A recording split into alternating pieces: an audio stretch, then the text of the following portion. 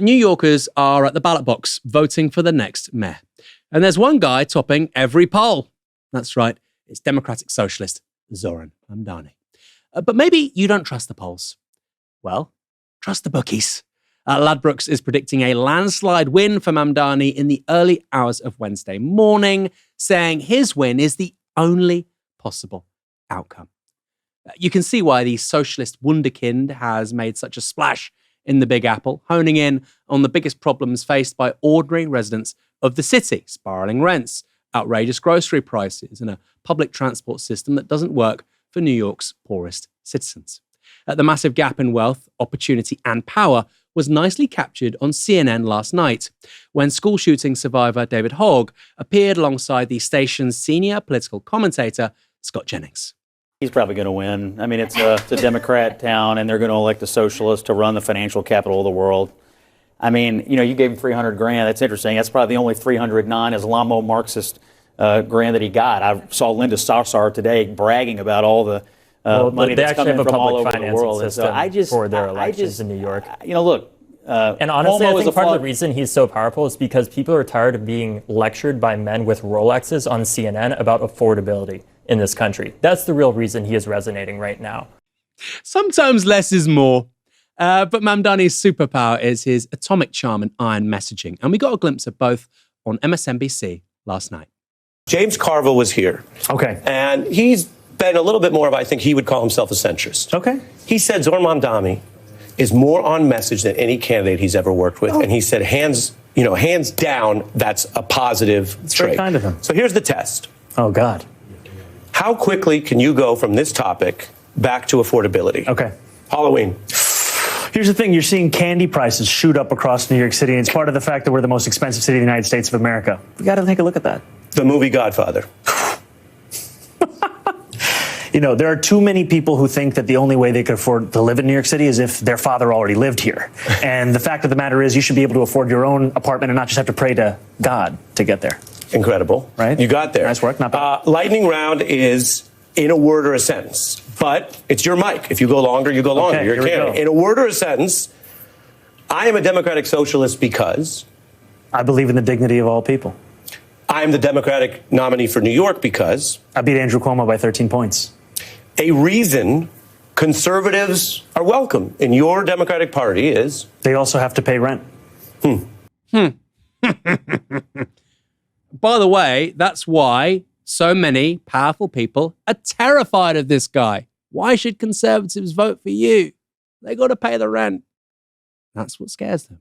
Now, despite the backing of literal billionaires who've thrown millions at his campaign, Mamdani's main competitor, failed Democratic Party contender and disgraced former New York State Governor Andrew Cuomo, hasn't been able to make up much ground.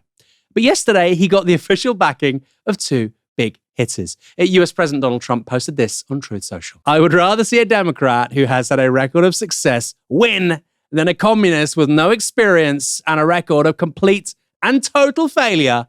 He was nothing as an assemblyman, ranked at the bottom of the class, and as mayor of potentially, again, the greatest city in the world, he has no chance to bring it back to its former glory.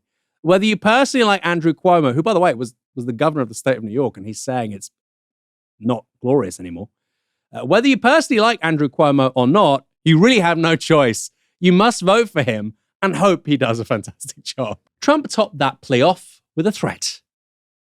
If communist candidate Zohran Mamdani wins the election for mayor of New York City, it is highly unlikely that I'll be contributing federal funds other than the very minimum as required to my beloved first home, because of the fact that, as a communist, this once great city has zero chance of success or even survival. If only he was Javier Milei or Benjamin Netanyahu in Israel. Have the money, but when it comes to New York, the most iconic and important city in your country, no way. It's the wrong guy. Makes you think. Also backing Cuomo is everybody's favorite evil genius, Elon Musk. Remember to vote tomorrow in New York. Bear in mind that a vote for Curtis is really a vote for Mamdani, or whatever his name is. Vote Cuomo. He's such a loser. He's such a Hey, you know what? Maybe he took too much ketamine that morning and he genuinely forgot the name of Zohran Mamdani. One of the politicians in the United States right now with the highest brand recognition. Mamdani or whatever his name is, hey, maybe you shouldn't have had that G, Elon, right?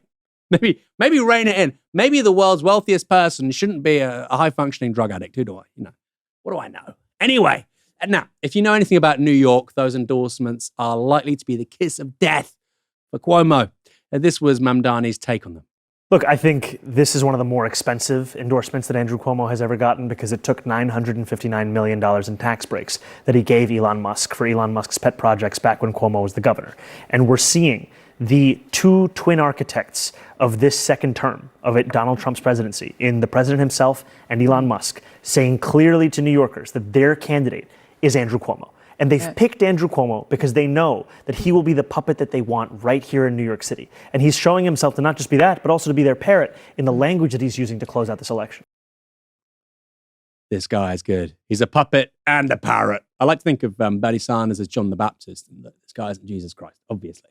But he is, I think, hands down the best communicator I've seen on the left in the English-speaking world. I'll go there, ever. Kieran, what do you think? I don't think that's hyperbole. I think you're broadly right on that. Incredible communicator, so quick, amazing. I mean, I love The Godfather, the way he worked his way round to the Godfather answer.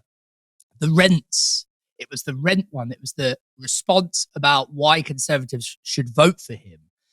That was a great answer in and of itself, but also illuminated something more widely about his campaign and about his messaging, right? And why it was so successful.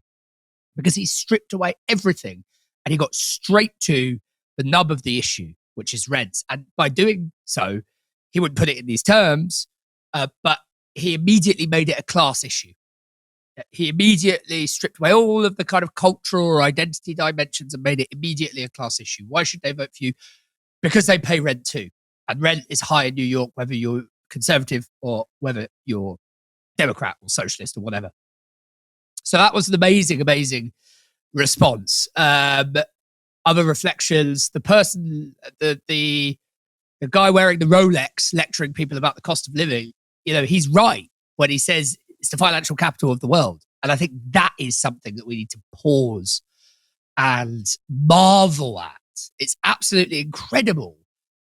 We've had so few wins over however many years and decades left. I know everybody is celebrating this. I'm not saying I'm a Cassandra, crying into a void or something, but it is incredible that somebody like Zohran Mamdani, who describes himself as a democratic socialist with the policies that he's advocating for, is about to become mayor of the center of global capitalism, global finance, still the kind of undisputed champion center of that system, however many competitors there are emerging in the global south and China and so on. It's absolutely remarkable stuff. And if it can happen there, it can happen anywhere. I don't know, that's a cheesy thing to say. There's a song obviously that says something, it's a paraphrasing of a song about New York. If it can happen there, it can happen anywhere. It's absolutely remarkable on that level. And it's also remarkable because he came from nowhere. I mean, his dad, I used to read his dad when I was doing my undergraduate, but that's not the kind of background that you would expect or say is, fertile ground for nepotism in politics of that order of magnitude. He's young. He's come from virtually nowhere. Yes, he is an incredible performer, an incredible communicator. It's not like we can easily replicate that everywhere and anywhere and expect every candidate that comes out of the woodwork to be as good as Zohran Mamdani, but it has to give us a tremendous amount of hope. And just a couple of brief final observations.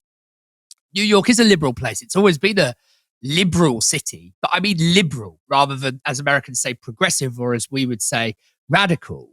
I mean, what was it, 10 years ago? Only 10 years ago, Michael Bloomberg was mayor of New York, maybe less than 10 years ago. Michael Bloomberg was mayor of New York. Bloomberg, Republican, independent.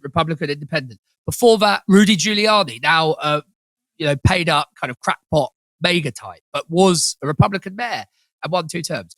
So it's important to understand it within that context as well, in calculating its improbability. And finally, I don't think this detracts at all This is just more of a nonsense observation. It doesn't detract at all from Mamdani's incredible achievements, of which, the ones we've enumerated are only some.